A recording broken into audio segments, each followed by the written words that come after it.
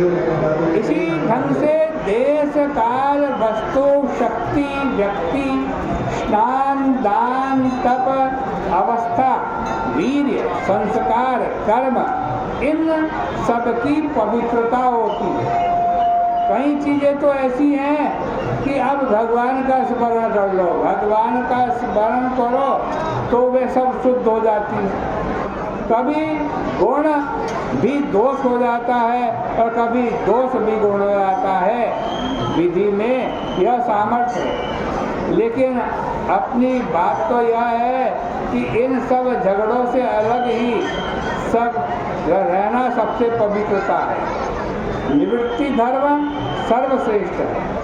जब विषयों में गुणाभ्यास होता है तब आसक्ति हो जाती है, आसक्ति से काम होता है, काम से कला होता है, कला से क्रोध होता है, क्रोध से मोह होता है और इस प्रकार मनुष्य फंस जाता है। स्वर्ग आदि के संबंध में जो फलश्रुति है, यज्ञ करो तो स्वर्ग मिलेगा,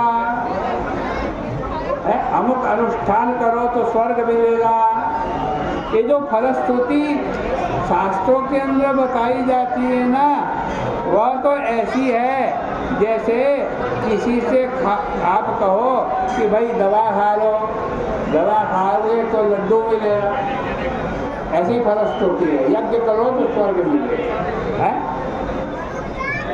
यह फलश्रुति की तरफ ज़्यादा ध्यान नहीं देना चाहिए।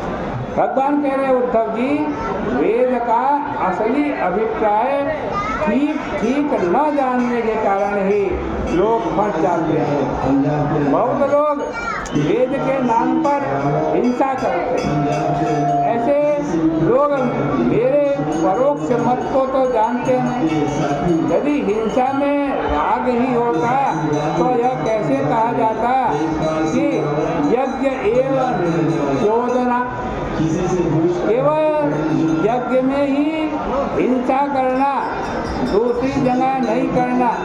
असल में हिंसा अच्छी चीज नहीं है। लोग अपने मन में परलोक की कामना करके बहुत दान उपादान करते हैं, इंद्रियादि की उपासना करते हैं और सोचते हैं कि हम स्वर्ग में जाएंगे तो वहाँ बड़े बड़े भोग मिलेंगे। ऐसे लोगों को मद वार्ता पिन रोचते, भगवान कहते हैं ऐसे लोगों को मेरी कथा भी अच्छी नहीं लगती है। वे तो पुष्पिता वाणी में विक्षिप्त मना हो रहे हैं और अत्यंत स्तब्ध है। वेदों का अभिप्राय क्या है? वेद ब्रह्मात्म विषया, वेद ब्रह्म और आत्मा का निरूपण करने के लिए है। इनमें कर्म कांड, उपासना कांड, ज्ञान कांड होते हैं। वे परोक्ष रूप से वस्तु का निरूपण करते हैं, उसका समझना बड़ा कठिन है। यहाँ भगवान ने बहुत विस्तार से वेदों का वर्णन करके बताया कि वेद क्या विधान करता है, किस देवता का नाम लेता है और किसका अनुवाद करके विकल्प करता है।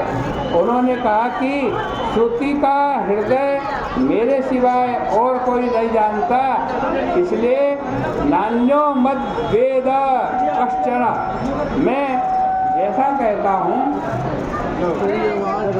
उसको तुम लोग स्वीकार करो, उसमें ज़्यादा बुद्धि लगाने की जरूरत नहीं है। माँ विदत्ते विदत्ते माँ विकल्प्या ओय्यते त्वहम्। भगवान कह रहे हैं श्रुति मेरा ही विधान करती है, श्रुति मेरा ही नाम लेती है, इंद्र आदि मेरे ही नाम है, श्रुति मेरा ही विकल्प करके मेरा ही अपोहन कर देती है। शब्द मेरा आश्रय लेकर वेद को माया मात्र बताकर और अंत में उसका प्रतिषेध करके श्रुति समाप्त हो जाती है। वेद माया मात्र है, और तद्विषयक वेद अनुवादात्मक है, उसका प्रतिषेध तत्व ज्ञान कराने के लिए है। इस प्रकार से श्रीमद् भागवत महापुराण के 11 स्कंद का ये 21वां अध्याय परिपूर्ण होता है। बलि गंगा मैया की जय।